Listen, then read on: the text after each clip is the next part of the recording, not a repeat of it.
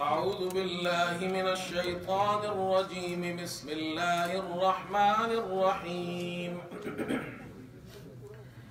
اقترب للناس حسابهم وهم في غفلة معرضون ما يأتيهم من ذكر من ربهم محدث إلا استمعوه وهم يلعبون لاهية قلوبهم وأسروا النجوى الذين ظلموا هل هذا إلا بشر مثلكم أفتأتون السحر وأنتم تبصرون قال ربي يعلم القول في السماء والأرض وهو السميع العليم بل قالوا أضغاث أحلام بل افتراه بل هو شاعر فليأتنا بآية كما أرسل الأولون صدق الله العظيم۔ سورة انبیاء ہے، 17واں پارہ آج مکمل ہو گیا۔ اس میں دو سورتیں ہیں، سورہ انبیاء اور سورہ حج۔ سورہ انبیاء میں موضوع ہے سورت کا دعوت الی الذکر، اور انبیاء علیہ السلام پر جو تکلیفیں آئی انہوں نے ان تمام تکالیف میں اللہ کو مدد کے لیے پکارا اور اللہ نے ان کی مدد کی۔ تو اللہ ہی نجات دینے والا ہے، مصیبتوں کو تکلیفوں کو دور کرنے والا ہے۔ پہلے رکوع کے اندر آیت نمبر 2 اور 3 میں یہ بیان کیا گیا ہے کہ جو لوگ غفلت میں زندگی گزار رہے ہیں، اللہ سے دور ہے، ان کی حالت یہ ہے ما یاتیہم من ذکر من ربی محدث، ان کے پاس ان کے رب کی طرف سے کوئی بھی نئی بات آتی ہے الا استمعوا وهم يلعبون، تو وہ سن کر اسے ہنسی میں ٹال دیتے ہیں۔ لاہیۃ قلوبهم واسروا النجوى الذين ظلموا هل هذا الا بشر مثلكم، ان کے دل کھیل میں لگے ہوئے ہیں، یعنی غفلت کی زندگی گزار رہے ہیں، اور یہ ظالم لوگ سرگوشیاں کرتے ہیں هل هذا الا بشر مثلكم، یہ تمہاری طرح ایک بشر ہے، نعوذ باللہ۔ افتأتون السحر وانتم تبصرون، کیا تم دیدہ و دانستہ جادو کی باتیں سننے جاتے ہو؟ تو قرآن کو، نبی کی باتوں کو، اللہ کے ذکر کو وہ جادو کہتے ہیں، اور اس سے فائدہ اٹھانے کے بجائے غفلت میں پڑے ہوئے ہیں، اور جو انہیں سمجھانے اللہ کا حکم سمجھانے اللہ نے اپنا پیغمبر بھیجا ہے، بجائے اس کے کہ ان کا شکریہ ادا کرے ان پر الزام لگا رہے ہیں کہ نعوذ باللہ یہ جادوگر ہے، نعوذ باللہ یہ تو ہماری طرح ایک انسان ہے۔ دوسرے رکوع کے اندر تذکیر ہے، یہ پہلے میں بتا چکا ہوں، قرآن پاک میں اللہ تعالی انسان کو جو یاد دہانی کراتے ہیں، جو انہیں سمجھاتے ہیں، دعوت دیتے ہیں، تو مختلف اقسام پر ہے۔ ان میں ایک قسم یہ ہے، مفسرین کہتے ہیں تذکیر بایام اللہ، جن گزشتہ قوموں پر اللہ کا عذاب آیا ہے، اللہ ان قوموں کا ذکر کرتے ہیں، ان پر جو عذاب آیا ہے ان کا ذکر کرتے ہیں، اس سے ڈراتے ہیں۔ یہاں سورت کے دوسرے رکوع میں اللہ نے اس کا ذکر کیا وَكَمْ قَسَمْنَا مِنْ قَرْيَةٍ كَانَتْ ظَالِمَةً، کتنی ظالم بستیاں تھیں، یعنی ظالم لوگ بستیوں میں رہتے تھے، ہم نے ان کو ہلاک کر دیا۔ وَأَنْشَأْنَا بَعْدَهَا قَوْمًا آخَرِينَ، اور ان کے بعد ہم ایک دوسری قوم کو لے آئے، دوسرے لوگوں کو ہم نے پیدا کیا۔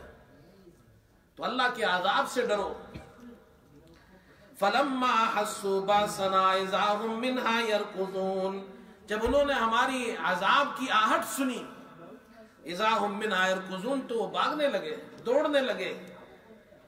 تو اللہ کا عذاب دیکھ کر اب وہ بھاگ رہے دوڑ رہے، تو ان سے کہا جا رہا ہے، اور یہ ہمارے سمجھانے کے لیے ہے، لا ترکضوا وارجعوا الى ما اترفتم فيه ومساکنکم لعلکم تسألون۔ مت بھاگو، لوٹ جاؤ، واپس لوٹو جہاں تم نے عیش کیا تھا، اپنے گھروں کی طرف جاؤ، محلات کی طرف جاؤ، تاکہ تم سے پوچھا جائے، تم سے لوگ پوچھیں۔ یہ سمجھانے کے لیے وہ تمہارا مال، تمہاری دولت، تمہاری طاقت، وہ کرسی، وہ نشہ کہاں چلا گیا؟ آج تم کیوں بھاگ رہے ہو؟ تم تو بڑے آدمی تھے، لعلکم تسألون، تمہاری رائے بڑی وزنی ہوتی تھی، لوگ کہتے تھے یہ بڑے لوگ ہیں، آؤ اب تم سے لوگ پوچھے کہ یہ عذاب کیوں آیا ہے۔ قالوا یا ویلنا انا کنا ظالمین، وہ افسوس کرتے ہوئے کہیں گے ہم تو بڑے ظالم تھے، بڑا ظلم کیا ہم نے اپنے آپ پر۔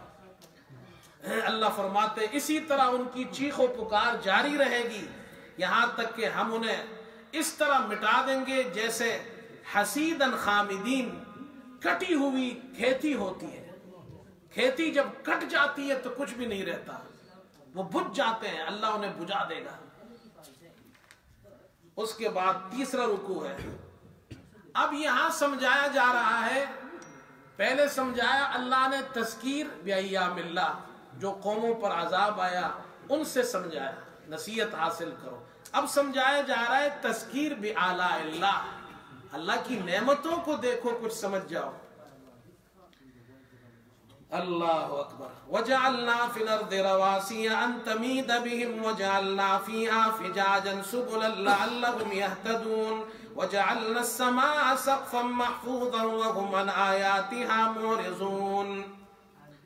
اللہ نے زمین یہ ہلتی تھی، اس پر اللہ نے پہاڑوں کا بوجھ رکھ دیا تاکہ یہ ہلے نہیں، پھر زمین میں اللہ نے کشادہ راستے بنا دیے تاکہ تم راہ پاؤ، تاکہ تمہارے چلنے کے لیے اللہ نے آسانی پیدا کر دی ہے۔ آسمان محفوظ چھت کے طور پر اللہ نے بنایا، لیکن یہ اللہ کی آیتوں سے اعراض کرتے ہیں، اللہ کی اتنی نعمتیں ہیں، تم اللہ کا شکر ادا کرو۔ تیسری قسم تذکیر کی، وہ ہے تذکیر بما بعد الموت۔ اللہ کبھی اس طرح بھی سمجھاتا ہے کہ موت آنے والی ہے، اور یہ موت ایسی حقیقت ہے کہ دنیا میں کوئی بھی اس کا انکار نہیں کرتا۔ دنیا میں ایسے لوگ ملیں گے جو خدا کو نہیں مانتے، رسول کو نہیں مانتے، مذہب کو نہیں مانتے، لیکن موت کو سب مانتے ہیں۔ تو اللہ اس سے سمجھا رہے ہیں کل نفس ذائقۃ الموت، ہر نفس کو موت کا مزہ چکھنا ہے۔ وَنَبْلُوكُمْ بِالشَّرِّ وَالْخَيْرِ فِتْنَةً، اللہ فرماتے ہیں ہم تمہیں برائی اور بھلائی سے آزمائیں گے، جانچنے کے لیے۔ کبھی اللہ پاک آزماتے ہیں سختی سے، کبھی نرمی سے، کبھی بیماری سے، کبھی صحت سے، کبھی تنگی سے، کبھی فراخی سے، کبھی اللہ پاک مصیبت میں ڈال دیتے ہیں، کبھی مصیبت اور عیش کی زندگی ہوتی ہے۔ تو اللہ دیکھنا چاہتے ہیں کون اللہ کا شکر ادا کرتا ہے، کون صبر کرنے والا ہے تکلیف میں، کون اللہ کو بھول جاتا ہے، کون ناشکری کرنے والا ہے۔ اور اگلے رکوع کے اندر یہ بھی تذکیر ہے، یہ بھی تذکیر بما بعد الموت ہے، اور اس میں فرق یہ ہے، پہلے یہ سمجھایا موت آنے والی ہے، تیاری کرو موت کی۔ اب یہاں یہ سمجھایا جا رہا ہے موت سے تمہاری زندگی اینڈ نہیں ہو جائے گی، ایک اور زندگی شروع ہوگی، اور وہ زندگی آخرت کی زندگی ہے۔ اس میں اللہ پاک ترازو قائم کریں گے، اور وہ ترازو اعمال تولنے والے ترازو ہوں گے جن میں اعمال بندوں کے تولے جائیں گے۔ اس کی تیاری کرو، جب تم کسی ملک جاتے ہو تو وہاں کی کرنسی لے کر جاتے ہو، اگر اس ملک کی کرنسی تمہارے پاس نہ ہو تو وہاں تمہیں تکلیف ہوگی۔ اسی طرح جب تم آخرت جاؤ گے وہاں کی کرنسی کیا ہے؟ وہاں ایمان ہے اور نیک اعمال ہے۔ وَنَضَعُ الْمَوَازِينَ الْقِسْطَ لِيَوْمِ الْقِيَامَةِ، اللہ فرماتے ہیں انصاف کے ترازو ہم قائم کریں گے قیامت کے دن۔ فَلَا تُظْلَمُ نَفْسٌ شَيْئًا، کسی بھی نفس پر ظلم نہیں کیا جائے گا۔ وَإِن كَانَ مِثْقَالَ حَبَّةٍ مِّنْ خَرْدَلٍ أَتَيْنَا بِهَا وَكَفَى بِنَا حَاسِبِينَ۔ رائے کے دانے کے برابر بھی کسی نے عمل کیا ہوگا اللہ اسے بھی حاضر کر دے گا۔ ایک حدیث میں آتا ہے، لمبی حدیث ہے، ایک شخص کو اللہ پاک جو بڑا گنہگار ہوگا اور اس کے گناہوں کے دفتر ہوں گے، اور وہ امید کھو جائے گا کہ میں تو اب ناکام ہو گیا۔ اللہ فرمائیں گے ہمارے پاس تمہاری ایک نیکی ہے، 99 دفتر گناہوں کے، 99 دفتر گناہوں کے۔ اللہ فرمائیں گے یہ ایک پرچی لے جاؤ، اسے تلوا لو۔ وہ کہے گا اے اللہ میرے اتنے گناہ، اس کے مقابلے میں یہ ایک پرچی۔ اللہ فرمائیں گے جاؤ تلوا لو۔ جب وہ تلوایا تو ترازو میں وہ پرچی رکھی جائے گی، اس کے اعمال تولے جائیں گے، وہ پرچی والا پلڑا بھاری ہوگا اور سارے دفتر اوپر آ جائیں گے، وہ کامیاب ہو جائے گا۔ وہ پرچی ہوگی لا الہ الا اللہ محمد الرسول اللہ، ایمان والی پرچی۔ یہ پرچی کام آئے گی بھائی۔ کسی ملک میں جاؤ تو وہاں کی کرنسی ہو نا، کسی کے پاس یہ کارڈ، آج کل تو کارڈ ہے نا، لوگ بڑے کہتے جی میں دنیا میں سفر کرتا ہوں، مجھے کوئی تکلیف نہیں، میرے پاس اتنے کارڈ ہیں، جہاں بھی جاؤں میں مشین میں وہ کارڈ ڈالتا ہوں مجھے پیسہ مل جاتا ہے، اور میری کریڈٹ ہسٹری اتنی اچھی ہے، مجھے ہر بینک نے کارڈ دیے ہوئے ہیں، بڑے بڑے کارڈ ہیں۔ اللہ فرماتے ایک کارڈ آخرت میں بھی لے آنا جس میں لا الہ الا اللہ محمد الرسول اللہ لکھا ہوگا، وہ کارڈ آخرت میں کام آئے گا تمہیں۔ اس کی بھی تیاری کی ہے ہم نے یا نہیں کی ہے؟ اللہ اکبر۔ آگے اللہ فرماتے ہیں انبیاء علیہ السلام کا ذکر کیا، ان پر جتنی تکالیف آئی ان تمام تکلیفوں کو اللہ نے دور کیا ہے۔ تو ابراہیم علیہ السلام کا قصہ بیان کیا، ان کی قوم مشرک تھی، انہوں نے موقع ملا بت خانے میں گھس گئے، سارے بت توڑ دیے، اور پھر ان لوگوں نے ابراہیم علیہ السلام کو آگ میں ڈال دیا۔ اللہ فرماتے ہیں ہم نے قلنا یا نار کونی بردن وسلاما علی ابراہیم، حضرت ابراہیم کو اللہ نے بچایا، آگ کو ٹھنڈا کر دیا۔ اس کے بعد نوح علیہ السلام کا قصہ ذکر کیا، وَنُوحًا إِذْ نَادَى مِن قَبْلُ فَاسْتَجَبْنَا لَهُ فَنَجَّيْنَاهُ وَأَهْلَهُ مِنَ الْكَرْبِ الْعَظِيمِ۔ حضرت نوح نے اللہ کو پکارا، اللہ نے ان کی مدد کی، پوری قوم کو اللہ نے جو نہ ماننے والے تھے، مشرک تھے، غرق کر دیا۔ حضرت نوح کو اور جو ماننے والے تھے ان کو کشتی میں اللہ نے محفوظ پناہ گاہ کی طرف لے جا کر بچا لیا۔ حضرت داؤد اور سلیمان کا قصہ ذکر کیا، باپ بیٹے کا۔ ایک آدمی آیا، کہا جی میری کھیت میں ان کی بکریاں گھس گئی ہے۔ باپ نے، داؤد علیہ السلام نے فیصلہ کیا، قیمت کا اندازہ لگایا، جتنی کھیتی میں نقصان ہوئی اس کی قیمت کی بکریاں ہوتی ہے، یہ ساری بکریاں دے دو۔ حضرت سلیمان علیہ السلام نے کہا میرے پاس ایک حل اور بھی ہے، اور وہ حل یہ ہے کہ اس کی بکریوں نے نقصان پہنچایا ہے، یہ اس کی کھیتی ٹھیک کر دے، اور جب تک یہ کھیتی ٹھیک کرے تو کھیت والے کو اس کی بکریاں دے دو، وہ نفع اٹھائے، جب کھیت ٹھیک ہو جائے اپنی بکریاں واپس لے لے۔ اللہ فرماتے فَفَحَّمْنَاهَا سلیمان، یہ جو حضرت سلیمان کے پاس سمجھ تھی یہ ہم نے دی ہے ان کو۔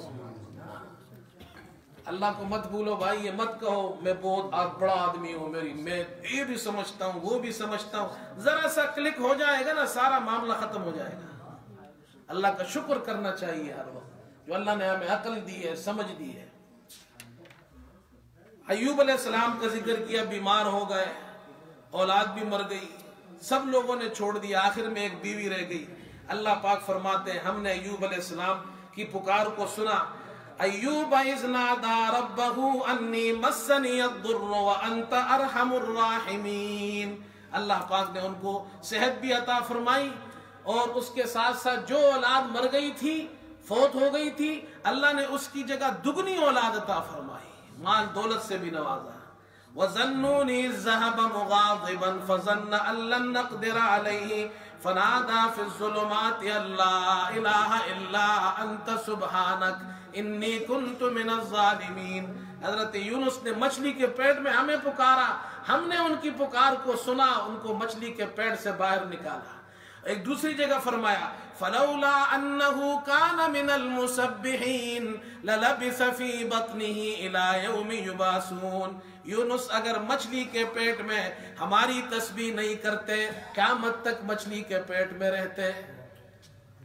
یہ دعائیں یاد کر لو، لا الہ الا انت سبحانک انی کنت من الظالمین، اور رب انی مسنی الضر وانت ارحم الراحمین۔ آج کل لوگ پیروں کے پاس جاتے ہیں، باباؤں کے پاس جاتے ہیں، وہ کہتے ہیں تعویذ لے جاؤ 2 قبروں کے درمیان دفن کر دو، تمہاری تکلیف دور ہو جائے گی۔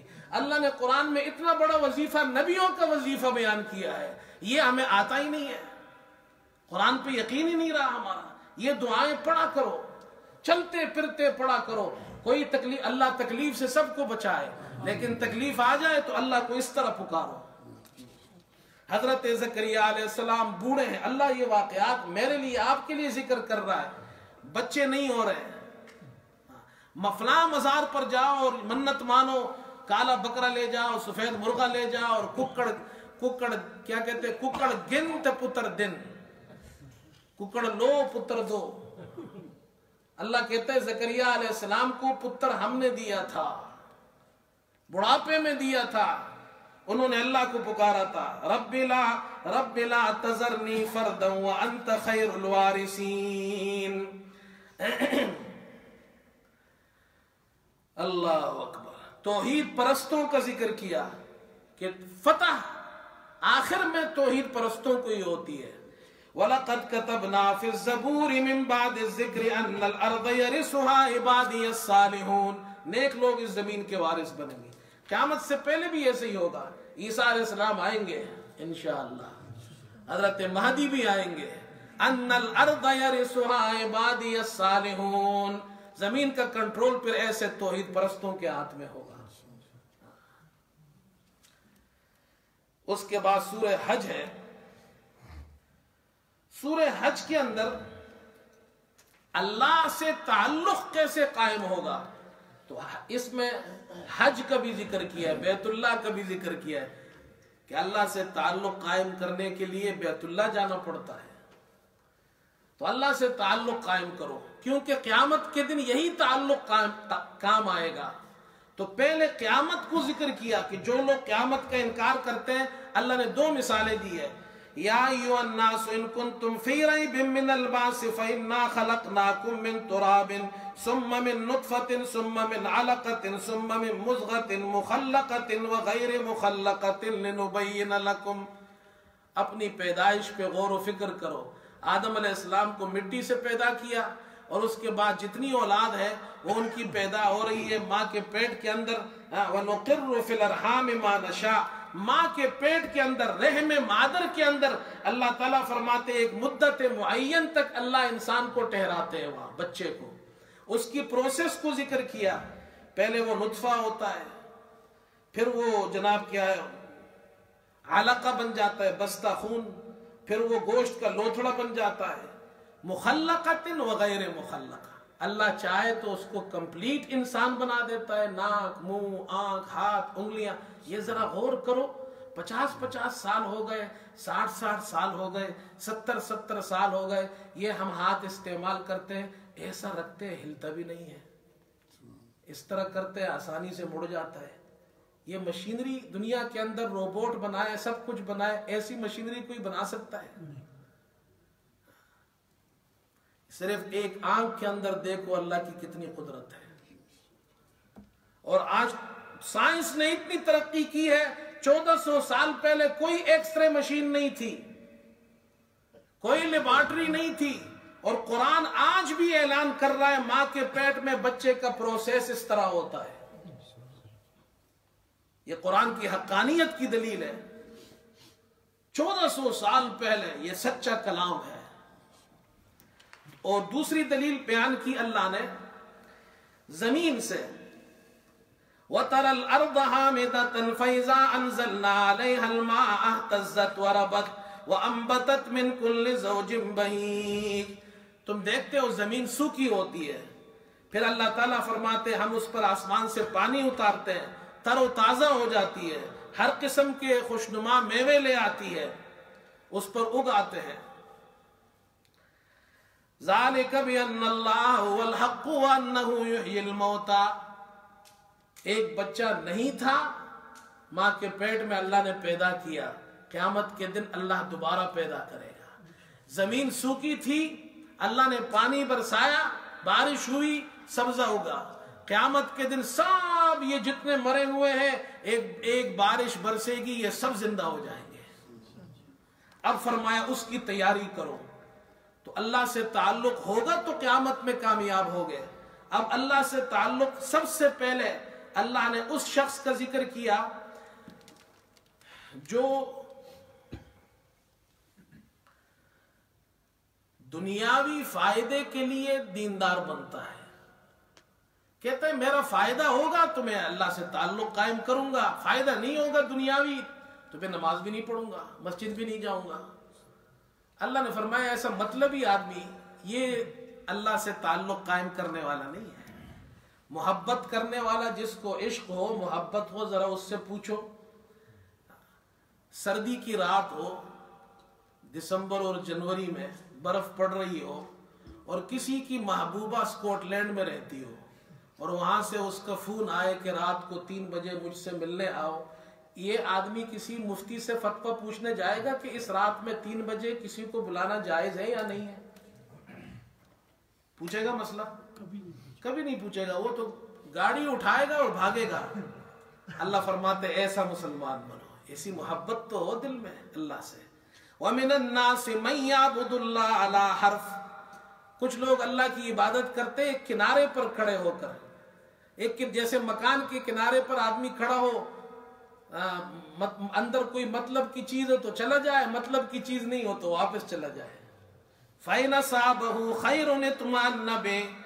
اگر اس کو فائدہ پہنچے تو اس عبادت پر قائم ہو جائے. وَإِنْ أَصَابَتْهُ فِتْنَةٌ. اگر کوئی تکلیف پہنچے، انقلب علی وجهہ، تو منہ کے بل واپس چلا جائے. اللہ کہتا ہے ایسا نہیں کرو. آگے فرمایا تعلق باللہ، جن کا اللہ سے قائم ہو گیا. ان اللہ يدخل الذین آمنوا وعملوا الصالحات جنات تجری من تحتها الانہار. اللہ ان کو قیامت کے دن جنت میں داخل کرے گا جن کے نیچے نہریں جاری ہیں. اب وہاں ان کو انعام کیا ملے گا؟ یحلون فیہا من اساور من ذهب ولؤلؤا. سونے کے کنگن وہ اور موتی ان کو زیور کے طور پر پہنائے جائیں گے. مردوں کے لیے دنیا میں سونا حرام ہے پہننا، لیکن جنت میں اللہ سونے کے کڑے پہنائیں گے اسے. یہ اللہ والا ہے، اس نے ہمارے لیے ہم سے تعلق دنیا میں قائم کیا تھا. اور وَلِبَاسُهُمْ فِيهَا حَرِيرٌ. لباس ان کا سب سے قیمتی ریشم ہوگا. دنیا میں سلک پیور ریشم حرام ہے مرد کے لیے، اللہ وہاں عزت افزائی کرے گا، اسے ریشم پہنائے گا. اللہ اکبر. پھر آگے فرمایا جو ہم سے اللہ سے تعلق قائم کرتے ہیں ان کی نشانی کیا ہے؟ دنیا میں ان کی کیا نشانی ہے؟ اللہ نے ان کی نشانی بیان کی ہے. اللہ اکبر. ذالک ومن يعظم شعائر اللہ فإنہا من تقوی القلوب. یہ پرہیزگار لوگ، متقی لوگ ہیں، اور دلوں کا تقوی کا تعلق دل کے ساتھ ہے کہ یہ اندر سے اللہ سے تعلق قائم ہے، دل سے ان کا. اور اس کی نشانی یہ بتائی وَمَن يُعَظِّمْ شَعَائِرَ اللَّهِ. اللہ کے جو دین کی نشانیاں ہیں اس کو شعائر اللہ کہتے ہیں. شعائر کے معنی نشانیاں، the signs, the big signs of Allah. تو اللہ سے تعلق ہے تو اللہ کے نشانیوں سے کا ادب کرتے ہیں، تعظیم کرتے ہیں. اللہ والے وہ ہوتے ہیں جو اللہ کے نشانیوں کی، شعائر کی تعظیم کرتے ہیں. بیت اللہ ہے، مسجد ہے، دین ہے، قرآن ہے، نبی ہے، یہ شعائر اللہ میں سے ہے. معنی یہ ہے کہ یہ اللہ سے ڈرتے ہیں، متقی ہے، پرہیزگار لوگ ہیں. دوسری نشانی جو اللہ والے لوگ ہیں ان کی دوسری نشانی اپنا پاک مال اللہ کے راستے میں خرچ کرتے ہیں. دیکھو جس سے محبت ہو جائے تو اس پر پھر پیسہ خرچ کرتے ہیں یا نہیں کرتے ہیں؟ تو اللہ سے محبت ہو جائے تو اللہ کہتے ہیں پھر میرے لیے بھی پاک مال، ناپاک نہیں، پاک مال میرے لیے خرچ کرتے ہیں.